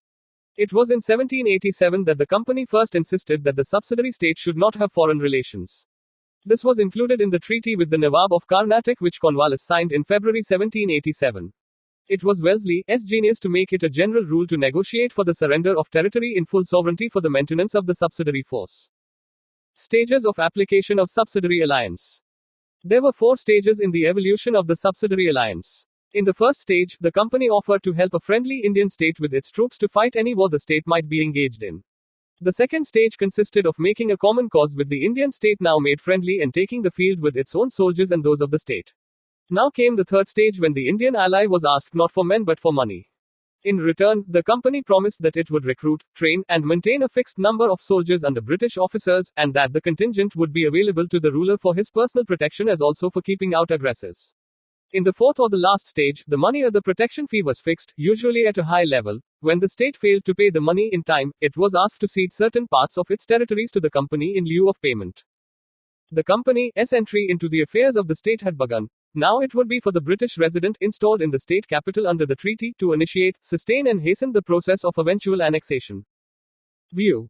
Wellesley converted the British Empire in India to the British Empire of India. From one of the political powers in India, the company became the supreme power in India and claimed the whole country as its sole protectorate. From Wellesley's time onwards, the defense of India was the company's responsibility. Sidney J. Owen, selection from Wellesley's dispatches. States which accepted alliance. The Indian princes who accepted the subsidiary system were the Nizam of Hyderabad, September 1798 and 1800, the ruler of Mysore, 1799, the ruler of Tanjore, October 1799, the Nawab of Awadh, November 1801, the Peshwa, December 1801, the Bhonsle Raja of Berar, December 1803, the Sindhya, February 1804, the Rajput states of Jodhpur, Jaipur, Macheri, Bundi, and the ruler of Bharatpur, 1818. The Holkars were the last Maratha confederation to accept the subsidiary alliance in 1818. Views.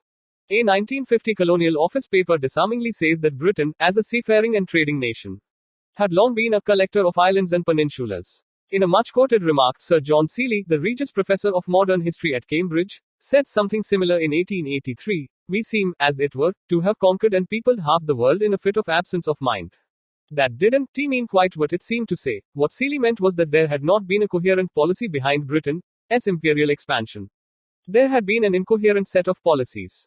The 1950 paper explained that the collection of islands and peninsulas was assembled to protect trade and the sea routes.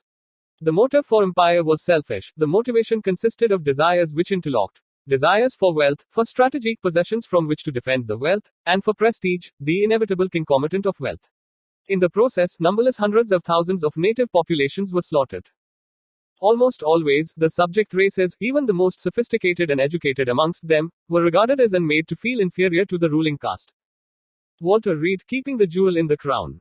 In the 100 years after Plassey, the East India Company, with an army of 260,000 men at the start of the 19th century and the backing of the British government and parliament, many of whose members were shareholders in the enterprise, extended its control over most of India. The company conquered and absorbed a number of hitherto independent or autonomous states, imposed executive authority through a series of high-born governors general appointed from London, regulated the country's trade, collected taxes and imposed its fiat on all aspects of Indian life. Shashi Tharoor, An Era of Darkness. Doctrine of Lapse. In simple terms, the doctrine stated that the adopted son could be the heir to his foster father's private property, but not the state. It was for the paramount power, the British, to decide whether to bestow the state on the adopted son or to annex it. The doctrine was stated to be based on Hindu law and Indian customs, but Hindu law seemed to be somewhat inconclusive on this point, and the instances of an Indian sovereign annexing the state of his vassal on account of lapse, i.e., leaving no issue as heir, were rather rare. Maharaja Ranjit Singh had annexed a few of his feudatory principalities on account of lapse. Likewise, the company in 1820 acquired a few petty Satluj states on the absence of heirs. Nonetheless, there was no clear-cut instance of an adopted son being deprived of an entire state or of such a state being regarded as a lapse. Though this policy is attributed to Lord Dalhousie 1848-56, he was not its originator. It was a coincidence that during his governor-generalship several important cases arose in which the doctrine could be applied. Dalhousie showed too much zeal in enforcing this policy which had been theoretically enunciated on some previous occasions. His annexation of Awadh. Awadh was the oldest of the surviving states brought under the Subsidiary Alliance, and the cruel impact of the system resulted in its continuous maladministration under profligate and extravagant Nawabs for a long spell of 80 years. The people suffered from the heavy taxes imposed by the Nawab as also the illegal exactions by his officials and the talukdars. The chronic bankruptcy of the treasury was partly due to the heavy charges realized by the British government for maintenance of the subsidiary troops. In addition, large contributions were realized by Lord Hastings, Lord Amherst and Lord William Bentinck for purposes entirely unconnected with the affairs of Awadh. In 1819, the Nawab was given the title and status of a king. Lord Dalhousie directed Sleeman, the resident in Awadh, to make a tour throughout the state and ascertain the actual situation by personal inspection. The resident submitted a report describing the anarchical condition in the state. He was succeeded as resident in 1854 by Outram, who submitted a report supporting that of his predecessor. Dalhousie hesitated to take the extreme step, i.e., annexation. He preferred permanent British administration, with the Nawab retaining his titles and rank. But the Court of Directors ordered annexation and abolition of the throne 1856. Wajid Ali Shah refused to sign a treaty giving away his rights, and was exiled to Calcutta. It was a political blunder for which the British had to pay a heavy price during the revolt of 1857. Predecessors had acted on the general principle of avoiding annexation if it could be avoided. Dalhousie in turn acted on the general principle of annexing if he could do so legitimately. Annexed lapsed states. It was a matter of chance that during Lord Dalhousie's term many rulers of states died without a male issue, and 7 states were annexed under the doctrine of lapse. The most important of these were Satara 1848, Jhansi and Nagpur 1854. The other small states included Jodhpur, Bundelkhand, Sambhalpur, Orissa, and Bagha, Madhya Pradesh. Lord Dalhousie annexed Awadh in 1856 after deposing Nawab Wajid Ali Shah on grounds of misgovernment. Thus Dalhousie annexed 8 states during his 8-year tenure 1848-56 as Governor-General. In these 8 years, he annexed some 250,000 square miles of the territory of India. His reign almost completed the process of expansion of British power in India, which began with the victory over Siraj-ud-Daulah at Plassey in 1757. Relations of British India with neighboring countries. The desire of the British imperialists to consolidate their administrative and political power in the region led them into conflict with countries neighboring India. Anglo-Bhutanese relations. The occupation of Assam in 1826 brought the British into close contacts with the mountain state of Bhutan. Frequent raids by Bhutanese into adjoining territories in Assam and Bengal and the bad treatment meted out to Elgin's envoy in 1863-64 and the treaty imposed on him, by which the British were forced to surrender the passes leading to Assam, led to British annexation of these passes and the stopping of allowance paid to the Bhutanese. In 1865, the Bhutanese were forced to surrender the passes in return for an annual subsidy. It was the surrendered district which became a productive area with tea gardens. Anglo-Nepalese relations. The Gorkhas wrested control of Nepal from the successors of Ranjit Singh of Bhagao in 1760. They began to expand their dominion beyond the mountains. They found it easier to expand in the southern direction, as the north was well defended by the Chinese. In 1801, the English annexed Gorakhpur, which brought the Gorkhas' boundary and the company's boundary together. The conflict started due to the Gorkhas' capture of Batwal and Shoraj in the period of Lord Hastings 1813-23. The war ended in the Treaty of Sagoli 1816, which was in favor of the British. As per the treaty, Filled Circle Nepal accepted a British resident. Filled Circle Nepal ceded the districts of Garhwal and Kumaon and abandoned claims to Tere. Filled Circle Nepal also withdrew from Sikkim. This agreement brought many advantages to the British. Filled Circle the British Empire now reached the Himalayas. Filled Circle it got better facilities for trade with Central Asia. Filled Circle it acquired sites for hill stations such as Shimla, Mussoorie and Nainital, and Filled Circle the Gorkhas joined the British Indian Army in large numbers. Anglo-Burmese relations. In the beginning of the 19th century, Burma was a free country and wanted to expand westward. The expansionist urges of the British, fueled by the lure of the forest resources of Burma, market for British manufactures in Burma and the need to check French ambitions in Burma and the rest of Southeast Asia, resulted in 3 Anglo-Burmese wars, and in the end, the annexation of Burma into British India in 1885. First Burma War 1824-26. The first war with Burma was fought when the Burmese expansion westwards and occupation of Arakan and Manipur, and the threat to Assam and the Brahmaputra Valley led to continuous friction along the ill-defined border between Bengal and Burma, in the opening decades of the 19th century. The British Expeditionary Forces occupied Rangoon in May 1824 and reached within 72 kilometers of the capital at Ava. Peace was established in 1826 with the Treaty of Yandabo, which provided that the government of Burma Filled Circle pay ₹1 crore as war compensation. Filled Circle cede its coastal provinces of Arakan and Tenasserim. Filled Circle abandoned claims on Assam, Kachhar and Jaintia. Filled Circle recognize Manipur as an independent state. Filled Circle negotiate a commercial treaty with Britain, and Filled Circle accept a British resident at Ava, while posting a Burmese envoy at Calcutta. Second Burma War 1852. The Second War was the result of the British commercial need and the imperialist policy of Lord Dalhousie. The British merchants were keen to get hold of timber resources of Upper Burma and also sought further inroads into the Burmese market. This time, the British occupied Pagu, the only remaining coastal province of Burma. An intense guerrilla resistance had to be overcome before complete British control of Lower Burma could be established. Third Burma War 1885. After the death of Burmese King Bhindan, his son Thibaw succeeded to the throne. Thibaw, from the beginning itself, was hostile towards the British. The British merchants at Rangoon and Lower Burma had been complaining about the stepmotherly treatment by Thibaw, who had also been negotiating commercial treaties with the rival powers of France, Germany and Italy.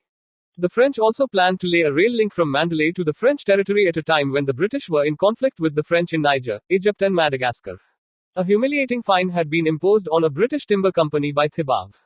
Dufferin ordered the invasion and final annexation of Upper Burma in 1885. The British had to face a strong guerrilla uprising in the whole of Burma soon after, and a nationalist movement after the First World War. The Burmese nationalists joined hands with the Indian National Congress. To weaken this link, Burma was separated from India in 1935. The Burmese nationalist movement further intensified under U Aung San during the Second World War, which finally led to the independence of Burma on January 4, 1948. Anglo-Tibetan relations. Tibet was ruled by a theocracy of Buddhist monks, lamas, under nominal suzerainty of China.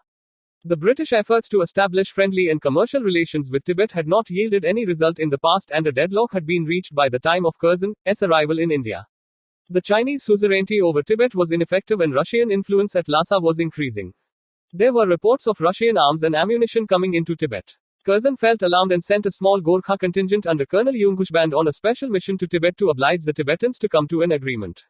The Tibetans refused to negotiate and offered non-violent resistance. Yungushband pushed his way into Lhasa August 1904 while the Dalai Lama fled. Treaty of Lhasa 1904. Yungushband dictated terms to the Tibetan officials which provided that Filled Circle Tibet would pay an indemnity of 75 lakh rupees at the rate of 1 lakh rupees per annum. Filled Circle is a security for payment. The Indian government would occupy the Chumbi Valley territory between Bhutan and Sikkim for 75 years. Filled Circle Tibet would respect the frontier of Sikkim. Filled Circle trade marts would be opened at Yatong, Gyants, Gatok, and Filled Circle Tibet would not grant any concession for railways, roads, telegraph, etc. to any foreign state, but give Great Britain some control over foreign affairs of Tibet. Later, on the insistence of the Secretary of State and true to the pledge given to Russia, the treaty was revised, reducing the indemnity from 75 lakh rupees to 25 lakh rupees and providing for evacuation of Chumbi Valley after 3 years. The valley was actually evacuated only in January 1908. Significance only China gained in the end out of the whole affair because the Anglo-Russian Convention of 1907 provided that the two great powers would not negotiate with Tibet, except through the mediation of the Chinese government. However, Curzon's policy counteracted all Russian schemes in Tibet. Anglo-Afghan Relations. In the early 19th century, increased Russian influence in Persia replaced British influence and thwarted an English scheme for establishment of a new route by river Euphrates to India. Especially after the Treaty of Turcomanchai 1828, the English got alarmed about possible Russian plans regarding India. Soon, there was a search for a scientific frontier from the Indian side. Passes of the northwest seemed to hold the key to enter India. The need was felt for Afghanistan to be under control of a ruler friendly to the British. Forward policy of Auckland. Auckland, who came to India as the Governor-General in 1836, advocated a forward policy. This implied that the company government in India itself had to take initiatives to protect the boundary of British India from a probable Russian attack. This objective was to be achieved either through treaties with the neighboring countries or by annexing them completely. The Amir of Afghanistan, Dost Muhammad, wanted British friendship but made it conditional on the British helping him to recover Peshawar from the Sikhs, a condition which the British government in India rejected. Dost Muhammad now turned to Russia and Persia for help.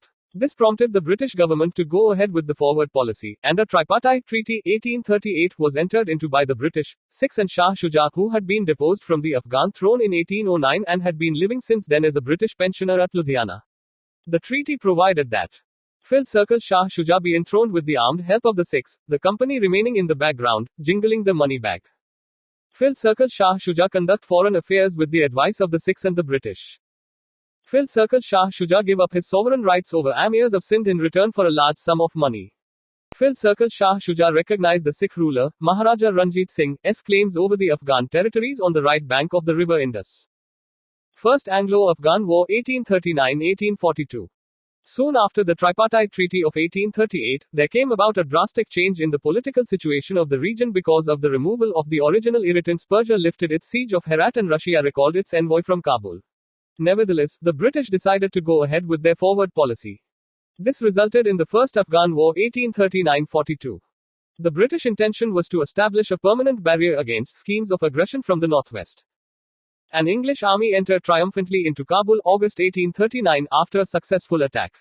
Most of the tribes had already been won over by bribes. Dost Muhammad surrendered 1840 and Shah Shuja was made the Amir of Afghanistan. But Shah Shuja was unacceptable to the Afghans. As soon as the British withdrew, the Afghans rose in rebellion, killing the garrison commander in Kabul. The British were compelled to sign a treaty 1841 with the Afghan chiefs by which they agreed to evacuate Afghanistan and restore Dost Muhammad. But the English plan failed. Under a new expedition, the British reoccupied Kabul in September 1842, but having learned their lesson well, they arrived at a settlement with Dost Muhammad by which the British evacuated from Kabul and recognized him as the independent ruler of Afghanistan. The First Afghan War cost India 1.5 crore rupees and nearly 20,000 men. John Lawrence and the policy of masterly inactivity. John Lawrence 1864-1869 started a policy of masterly inactivity which was a reaction to the disasters of the First Afghan War and an outcome of practical common sense and an intimate knowledge of the frontier problem and of Afghan passion for independence. Even when Dost Muhammad died in 1863, there was no interference in the War of Succession. Lawrence's policy rested on the fulfillment of two. Website right arrow. View. Sir John Lawrence's foreign policy was a policy of self-reliance and self-restraint, of defense not defiance, of waiting and watching that he might be able to strike harder and in the right direction, if the time for aggressive action should ever come. R.B. Smith, biographer of John Lawrence. Conditions I that the peace at the frontier was not disturbed, and E that no candidate in civil war sought foreign help. And as Sher Ali established himself on the throne, Lawrence tried to cultivate friendship with him. Lytton and the policy of proud reserve. Lytton, a nominee of the Conservative government under Benjamin Disraeli 1874-80, became the Viceroy of India in 1876. He started a new foreign policy of proud reserve which was aimed at having scientific frontiers and safeguarding spheres of influence. According to Lytton, the relations with Afghanistan could no longer be left ambiguous. Second Anglo of Gun War 1870-80. Lytton made an offer of a favorable treaty to Sher Ali, but the Amir wanted friendship with both his powerful neighbors, Russia and British India, while keeping both of them at an arm's length. Later, Sher Ali refused to keep a British envoy in Kabul while having earlier granted a similar concession to the Russians. Lytton was displeased, and when the Russians withdrew their envoy from Kabul, Lytton decided to invade Afghanistan. Sher Ali fled in face of the British invasion, and the Treaty of Gandamak May 1879 was signed with Yaqub Khan, the eldest son of Sher Ali. Treaty of Gandamak May 1879. The treaty signed after the Second Anglo-Afghan War provided that Fifth Circle the Amir conduct his foreign policy with the advice of Government of India. Fifth Circle a permanent British resident be stationed at Kabul, and Fifth Circle the Government of India give Amir all support against foreign aggression, and an annual subsidy. But soon, Yaqub had to abdicate under popular pressure and the British had to recapture Kabul and Kandahar. Abdur Rahman became the new Amir. Lytton chalked out a plan for the dismemberment of Afghanistan but could not carry it out. Ripon abandoned this plan and decided on a policy of keeping Afghanistan as a buffer state. After the First World War and the Russian Revolution 1917, the Afghans demanded full independence. Habibullah, who succeeded Abdur Rahman in 1901, was killed in 1919 and the new ruler Amamullah declared open war on the British. Peace came in 1921 when Afghanistan recovered independence in foreign affairs. British India and the Northwest Frontier. Successive Indian rulers tried to reach out to this region lying between the Indus and Afghanistan in their search for a scientific frontier. The conquest of Sindh 1843 and annexation of Punjab 1849 carried British boundaries beyond the Indus and brought them in contact with Baluch and Pathan tribes, who were mostly independent, but the Amir of Afghanistan claimed nominal suzerainty over them. During 1891-92, the British occupation of Hunza, Nagar in Gilgit Valley, which were passes commanding communications with Chitral, alarmed Abdur Rahman, Amir of Afghanistan. A compromise was finally reached by drawing a boundary line known as Durand Line between Afghan and British territories.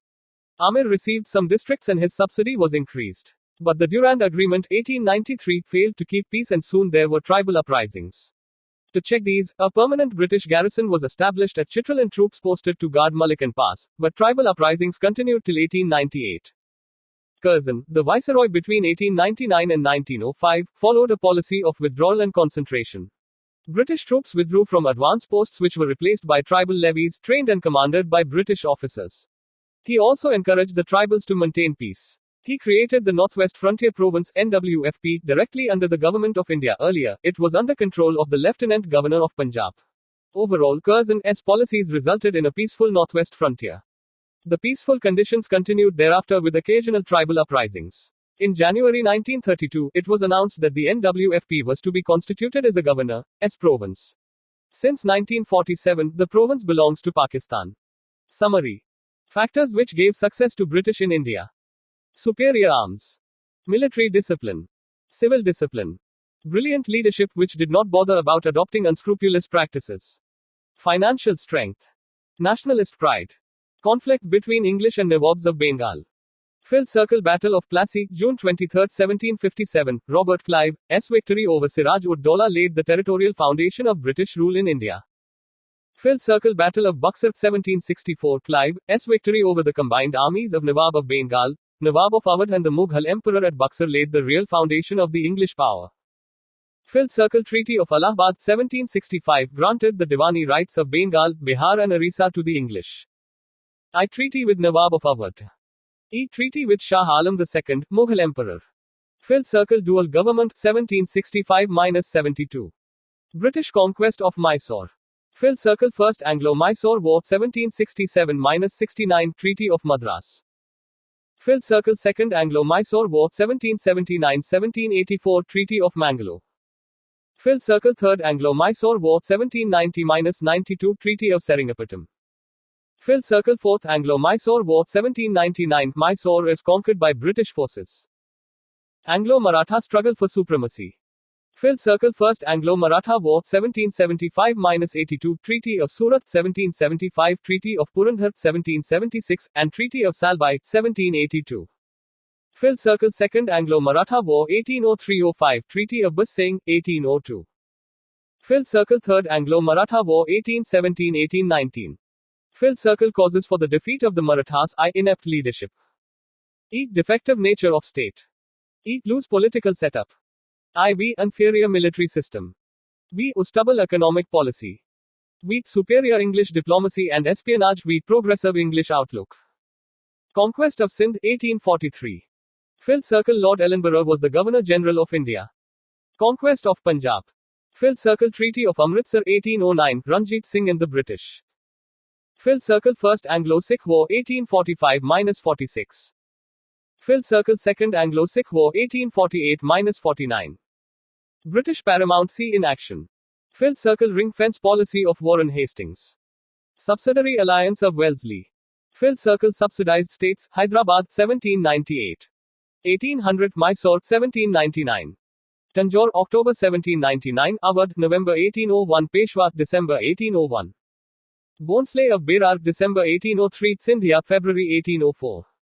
Jodhpur 1818. Jaipur 1818. Macheri 1818. Bundi 1818. Bharatpur 1818. Doctrine of Lapse. Filled Circle Lapse States under Lord Dalhousie 1848-56 Satara 1848. Sambhalpur 1849. Bhagat 1850. Udaipur 1850. Nagpur 1854. Jhansi 1855. Awadh 1856 on charge of maladministration relations of British India with neighboring countries. Filled Circle Anglo-Nepal Relations Treaty of Sagoli 1816. Filled Circle Anglo-Burma Relations. First Anglo-Burma War 1824-26 Second Anglo-Burma War 1852 Third Anglo-Burma War 1885. Filled Circle Anglo-Tibetan Relations Treaty of Lhasa 1904. Filled Circle Anglo-Afghan Relations. Forward Policy of Auckland. First Anglo-Afghan War 1839-1842, John Lawrence, S. Policy of Masterly Inactivity Lytton and the Policy of Proud Reserve. Second Anglo-Afghan War 1870-80. Treaty of Gundamuk May 1879. Filled Circle Northwest Frontier Durand Agreement 1893.